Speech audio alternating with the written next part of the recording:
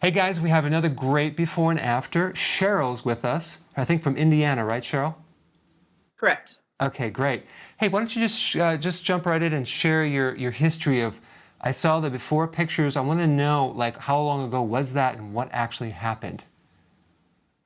Well, a little bit of a long story. We'll make it as short as possible. Then I was always thin as a kid, and even after having 4 children, remained size 6, probably at my biggest. And about 10 years ago, I moved to Indiana from Kentucky and got into a little bit of a situation where I got depressed and I got very stressed, and weight just started packing on. It was a big surprise to me. One of those things where, you don't notice you're getting big, or at least I was kind of thankful that when I looked at myself in the mirror, I didn't see what was actually there, because that would have made me even more depressed. I don't know. It's just a big weight gain over an 8 to 10 year period for no reason but stress. It may have been a little diet, but my diet really didn't change. After having 4 kids, being a size 6, I was a little more active, but I didn't think it'd make that big of a difference. Maybe my metabolism after turning 40, so I'm 45 now. So I'm really still not sure what caused the weight to pack on, except for maybe stress and depression. What was your age at that time where you started just like you gained a lot of weight? About 38. 38? Okay. Yeah. So you went through all this stress. Were you sleeping at the time or no? Did you say sleeping? Yeah. No, my sleep has always been a problem. It's really interesting that you bring that up. I work a night shift job currently, and sleep is still an issue. I'll get 6 to 8 hours if I'm lucky. Sometimes I'll work 2 jobs when they call me into my other place of employment, and I'll get 4 or 5. And that's like a collective sleep. So the things I do need to work on is my sleep. I hear you in the back of my head, recovery and burning things in sleep. And Right. yeah, that's a struggle for me. You probably saw the Adrenal body type video where I talk about stress being like I think it's kind of a ignored area with weight gain, but it's very common. Did you see that video that I had on the adrenals? I did. I did. Yeah, that's probably a video for you, because the stress can activate a hormone called cortisol. Did you gain weight all over, or was it mainly in the midsection? It was kind of all over. Yeah. I mean, you see in my pictures, I have a lot of face fat, arm fat. My shoes even fit better when I started keto. I started losing weight. My rings I had to actually take off and put on a key ring because they wouldn't fit my fingers. So amazing. It was all over. Wow. Yeah, because it's almost like it's amazing how, because I saw you before picture and then the after. It was like before, during, and after. What was your peak weight that you hit, your maximum weight that you were weighing at your work? Well, I kind of stopped looking about 220, and I stopped taking pictures probably well before that. It was just by chance I found a couple that were at my peak weight. But I'm guessing it had to have been at least 230. Wow. I honestly didn't want to step on a scale. I didn't want to be in front of a mirror. I definitely didn't want to take photos. And it just got really bad. So those pictures that you see, the majority of them, the heavier weight was a year ago, possibly 2 years ago. But the comparison of the weight loss, that happened within the first 3.5 to 4 months being on keto. Wow, that's amazing. What prompted you to, or motivated you to say, you know what, I got to find a solution here? Oh, I think I faced reality and realized that, I am big, and what in the world happened. It's like I woke up one day. I'm like, this just can't happen. I can't allow myself to go out like this. And I guess a bigger motivator is I am raising my 4-year-old severely autistic granddaughter, completely nonverbal and totally depends on me 100%. Should I say me and my husband? But when I would change her diaper and I struggled to get on the floor, just with my belly being in the way of my thighs at a 90-degree angle, that wasn't right. That really pushed me to, if I can't sit on the floor properly at a 90-degree angle, then there's a problem. Yeah, right. So then what did you do some searches? Did you go on the internet? How did you find out about keto? Well, it's interesting. There's a guy at work, a younger gentleman, and background a little bit. I used to do some weight training, some fitness competitions back in the day. Messed up my knee, my meniscus, which wasn't too severe, but it was a downward spiral of getting out of that kind of lifestyle. And so I saw this guy at work, and he's young. He's lost a lot of weight since high school. They actually featured him in the local newspaper for doing such a good job and all these things. So I just asked him one day, he was on his way to the gym and heading out of the building, and I said, well, how can I lose fat? What's going on nowadays? Because I'm out of the loop. That's been 15 years ago or more. And he said, well, just try this keto diet. I'm like, what? This what? So he said, it's called ketogenic. He sent me a text on how to spell it and all this good stuff. And I started doing searches. I found you almost instantly. And your explanation of things and why and how and stuff, and the your short but informational videos was very helpful to me because I don't have much time. So I'm like, I can just scroll through your stuff all day long, which I have already, and I think I've watched every single one of your videos.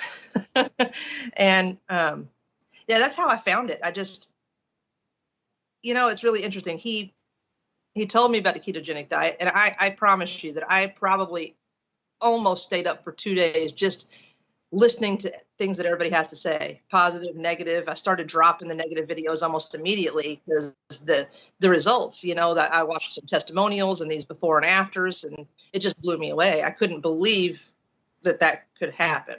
Wow. So. Wow. Yeah. That's awesome. So you started, and then you started obviously within several months. You just started losing weight, obviously, right? Oh, immediately. I mean, I'm not real sure. 3 of my 4 daughters have currently been on keto as well. One of them is still on keto with me. And, she's thin, but, thinner, but she's already lost 15 pounds in the past couple of months. And, she's amazed by it. She really can't tell very well, but when she tries on clothes that she couldn't fit before and they're almost loose, she's like, whoa. I'm like, yeah. That's awesome. And then did you add intermittent fasting with ketosis at the same time, or how did you do those two? Well, in the beginning, I was kind of fumbling around and still learning. I did the whole bacon, eggs, cheese, couple olives, that kind of thing, making sure that I was getting fat in, probably getting a little too much fat, but still losing drastic weight. I didn't really start intermittent fasting. It kind of just happened. I mean, even now, I'm kind of curious as to whether I'm really doing intermittent fasting because I'll eat twice a day. I would like to squeeze that into a 4-hour window or 5-hour window. But as it stands, I'll eat about 7 p.m. and then I'll eat at 3 o'clock in the morning when it's my lunchtime at work. And usually when I get up, I'll do my butter coffee. So, I mean, I kind of slid into intermittent fasting just because I'm not hungry. I guess the fat is such an appetite suppressant for me that I just am not hungry.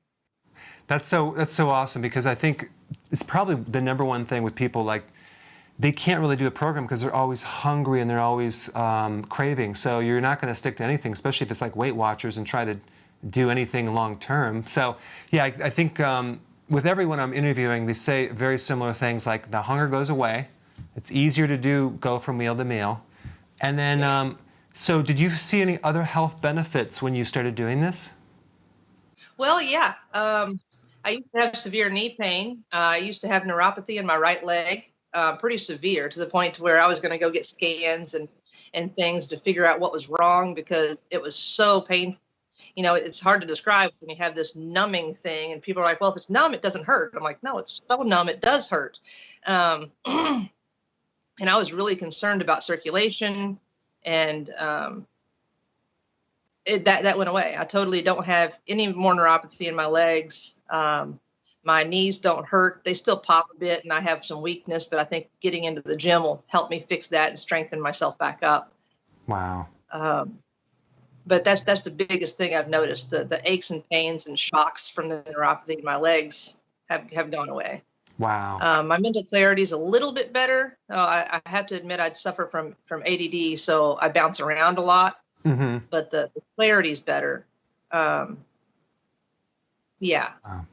And then do you, what about, how much do you weigh now? I am right about 173, 175. Awesome. And like I said, I think I started off right around 230. 220 was yeah, I just continued to get bigger after I marked the 220, and I'll just chalk it up to 230. It may have been more. It may have been more, but I don't think it was less. That's fantastic. Yeah, because I saw also some earlier pictures after you had 4 kids. You didn't seem to gain any weight there. So the whole stress thing, wow, that just really just pushed you over the edge. I used to go to the gym quite a bit. I was a gym rat there for a while when I was doing the fitness competitions. I would go 2 to 3 hours a day, 5 a.m. And I loved it. It was good for me at the time. Mm-hmm. Right now, I haven't even started any workout whatsoever. This is strictly just diet. And, I was wondering if it's a possibility if somebody is actually allergic to gluten, if the effects show up faster within myself. Because one of my daughters that's a little heavier, she tried it and she lost, but she didn't lose near as fast as I did. I'm really, really good about watching my carbs, those hidden sugars, the glycemic index, things that are diet doesn't mean it's keto. And I think being very mindful and knowledgeable about that, thanks to you, I'm able to tweak it up, almost perfect. Wow. And so in other words, so she might have a gluten intolerance, so she might squeeze in a little bit of gluten here and there? Well, I think I had a gluten intolerance, and that's what helped me lose so quickly. Got it. And she was, I'm one of those people, if I read the ingredients label and it says sugar, I'm out. And I went shopping with her one time when I went to visit, and she's like, oh, it's only 1 gram of sugar. I'm like, yeah, it says sugar, no. So I'm pretty strict on the sugar bit. If it says sugar, I don't care how little it is. I usually won't take it in. And my idea of a cheat meal is like going somewhere where I know there's MSG in the food, So, the glycemic index there on the MSG just freaks me out. And I'm like, that's too much. Hey, once you experience it, it's like no one has to convince you. It's a lot easier because you know the effects, and where other people are probably around you doing this, you're like, yeah, no thanks. I already know what my body needs. It's kind of like a great experiment just to see what works on your body. And within like 3 months, you just lost some serious weight. It's incredible. 3 months, that was insane. And for losing that much weight, my skin actually went back. And I was listening to some of your other interviews about how, the keto diet, everybody kept telling me that, that looks like a mother and daughter picture. It doesn't even look like you. You look, 10 years younger. Not only did you lose weight, you lost years. And that was interesting, because you see other people go through any other program and their skin hangs and sags and things like that. And I really don't see that in myself.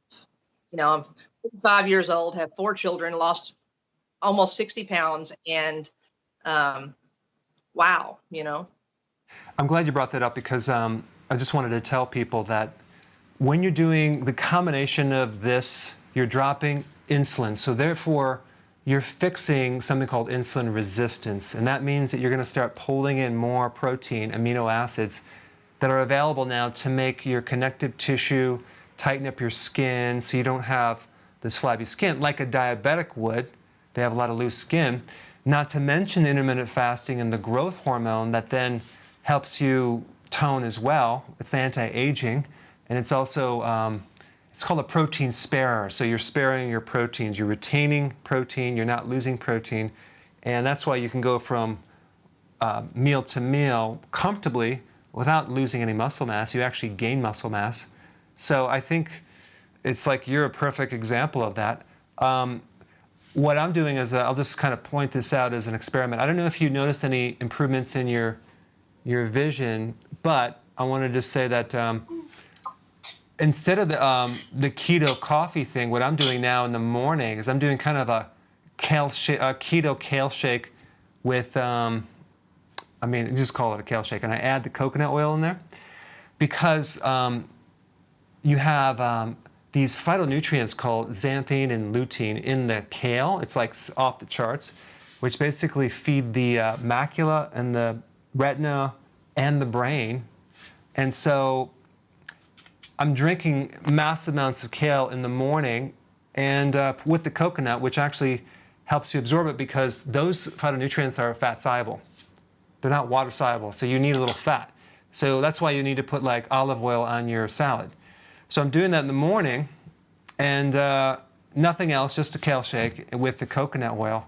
Oh my gosh, like my vision is like completely different. So just an idea for those people out there that have issues with their vision, possible macular degeneration, any problem with the retina, give it a shot for like a week and just see the before and after. It's quite interesting. Well, I've been suffering with my glasses on. I've been noticing that things are blurry, and I'm thinking my vision's getting much worse. What's going on? And seriously, just a week ago, I decided to lift up my glasses and try to read something from a distance like I usually do. Now, it wasn't clear, but it was a lot clearer than usual. Wow. So it's kind of like that Spider-Man effect. You've seen the beginning of that movie when he takes off his glasses and he can see, he puts them on and they're blurry. It was literally almost like that. So I can't wait to get back to the eye doctor and see what improvement has happened. Because like I said, I was very nervous that my vision was getting worse for some reason. You know, like people are telling me, oh, it's your sugar levels. It's this, it's, you know, your blood sugars, you know, like a diabetic, and your eyes are getting worse. And as a matter of fact, I think it's getting better because it's just, yeah, if I explained that properly. Totally, you did. And that's what I'm noticing with a lot of people because take a look at a diabetic. What happens? They go blind. Why? Because the blood sugars affect the vascular part to the nerves and around the retina. So this potentially could actually, I'm not saying reverse it, but it could improve it greatly. And so if you're a diabetic or a pre-diabetic, I would give it a shot. Well, speaking of nerves, there was a couple of questions I should have written down, but I had forgotten, but you brought something to light. I have spinal stenosis, and I saw your video recently on spinal stenosis. I also have had my gallbladder removed, probably 5 years ago. I'm really horrible with timelines. But I wonder sometimes if I'm pulling enough nutrients out of my fat, or if I'm able to do so, Wow. to be able to possibly repair that nerve column for my spinal stenosis. So let me just tell people what spinal stenosis is. It's basically it's a situation where the spinal column is not providing enough space for the spinal cord because there's spurring or degeneration or calcium buildup. So you have this pain in either in your neck or your lower back or your mid-back. So that's a vitamin K2 deficiency, another fat-soluble vitamin, just like what I said before, the lutein and the xanthine, which are basically phytonutrients in the kale. So vitamin K2 is a fat-soluble vitamin in grass-fed animal products and dairy. It's also in natto, which is if you want to do the fermented soy. But here's the point. If you don't have a gallbladder, if you have a sluggish gallbladder, you're not going to have enough bile to pull those things in like you did before when you had it. So I think with you, Cheryl, might be a good idea to even get the gallbladder formula with some purified bile salts. Just take like one at your first meal, right after the first meal. That will give you that'll actually substitute some of that bile salt to start pulling in the K2 that then will start removing the soft tissue calcium from the joints, from the spinal column. And that way, I think that would be the best route for you because you could take the K2, it may work, but it's going to work really good if you have bile and you take it at the same time. Yeah, and I have to admit, I haven't gotten into your products yet, but it's one of those things on my Christmas list. Is go through your store and get your kale shake and your wheatgrass and your gallbladder formula and numerous different other things. Yeah, I'm really excited to be able to try that. and see how that kicks in, along with what I call keto 2.0. You know, I haven't went to the gym yet, and I can't wait to start doing the, you know, twice a week, let my body recover, you know, do 20 minutes of high interval.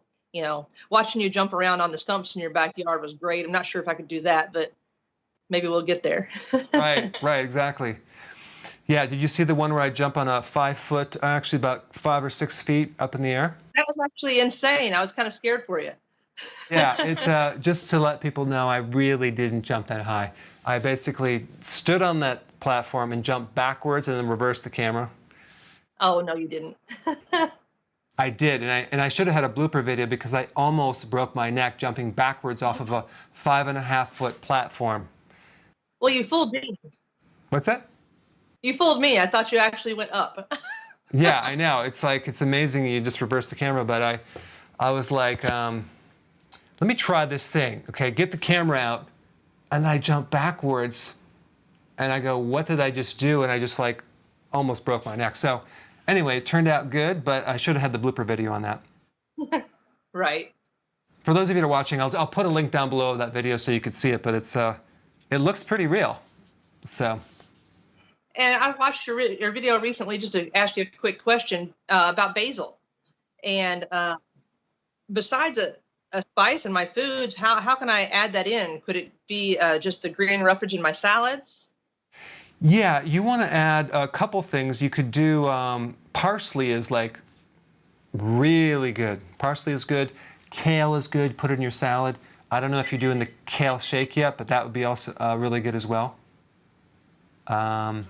Yeah, for sure. Does that make sense? Yes, yes, it does.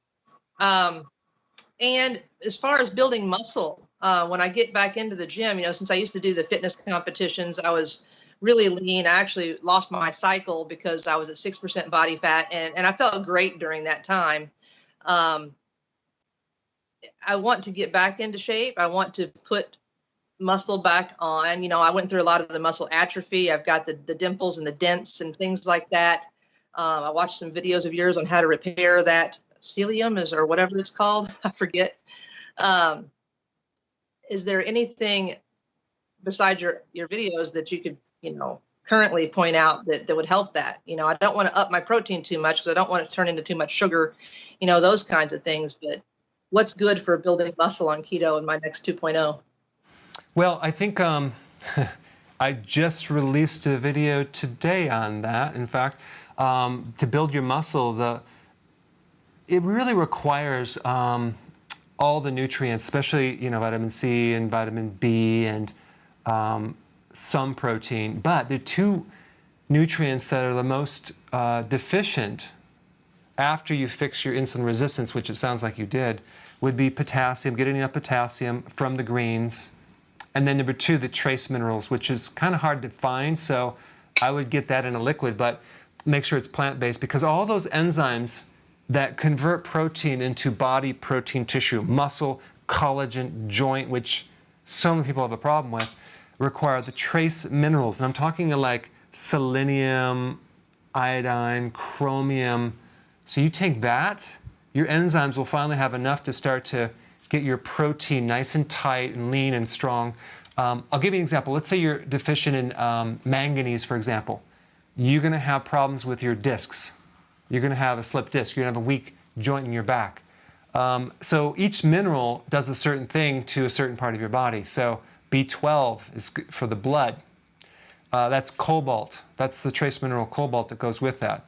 So the trace minerals in general, I think, will make you have the unfair advantage. So when you add your exercise, that'll be awesome. Now, if you get sore after your workout, D-ribose is the remedy that I recommend to increase recovery. That's mainly for muscle, though, and skeletal muscle recovery and cardiovascular muscle recovery, which you may not have a problem with that. But if you just want to like grow muscle, have lean muscle, have tight skin, I would do the trace mineral. That's like going to be really important. Plus your hair, your nails, and your skin will be like a lot different. And underneath the chin, things will just kind of tighten up. Now, would I get those? Right now, I'm usually doing overdoing the pink Himalayan salt. And I always do my asparagus or my spinach or my cabbage, artichokes, Brussels sprouts, things like that. And make sure I have that with every meal, or at least with dinner. And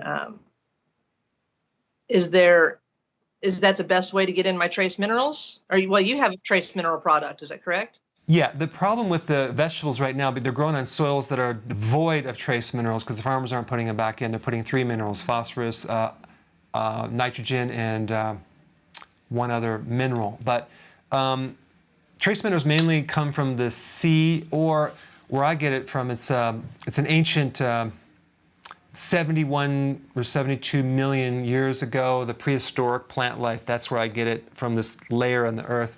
They mix water. But you can, if you buy food that's grown on soils close to the ocean, you might get some. Or if you can buy food that's grown like some soils that have a volcanic, ash, that would be another one. But it's kind of really hard to find all the trace minerals in the food nowadays. So that's probably what you're running into. You could do sea kelp, seaweed, but it's difficult. It's probably the #1 missing nutrient that Americans, at least Americans, have. But if you live on the coast of Africa or something like that, you're going to get all your trace minerals. That's probably why Africans have perfect bone structure in their teeth. They don't even go to a dentist. I mean, their proteins are good, their tendons are good, their muscles are good. Then they come to America, right? Right. So. Yeah, I saw that amazing interview with you and that gentleman in Africa that had lost so much weight, and he's starting this keto movement there and this education process of his own. That was amazing. Yeah, it's amazing. It's very cool. Well, we'll have to do another interview, maybe like in several months, and after you include your workouts, and just take it. We'll do another one, and we'll talk. It's very interesting. That would be awesome. Well, I want to thank you for this interview. I think you're going to give a lot of people great ideas, and there's a lot of women out there that had kids and went through stress, and now they're like, wow, maybe I can do it as well. So thank you so much. Yeah, and keto stuff is so delicious. I don't know why anybody would pass up the opportunity to put, bacon fats and creams and all these good things. Of course, grass-fed, but, wow. They used to call it heart attack on a plate, but now it's healthy for you. So the information out there is just mind-boggling. Everybody I see, I look at their waistline and I think, insulin resistance. That's insulin resistance. Or I'll pick up a magazine at the checkout just to look at things, and it was a Weight Watchers magazine, and it was pasta here, pasta there, and I'm like, whoa, what are these people missing and why? And I guess I'm a conspiracy theorist as well. I think that the industry is set up to make you sick, to get money and big pharma, and you just name it. So, but no, I appreciate you and all your information helping set the level straight and get me back on track. That's awesome. Well, thank you so much, Cheryl. Thank you. You have a great day. Okay, have a good one.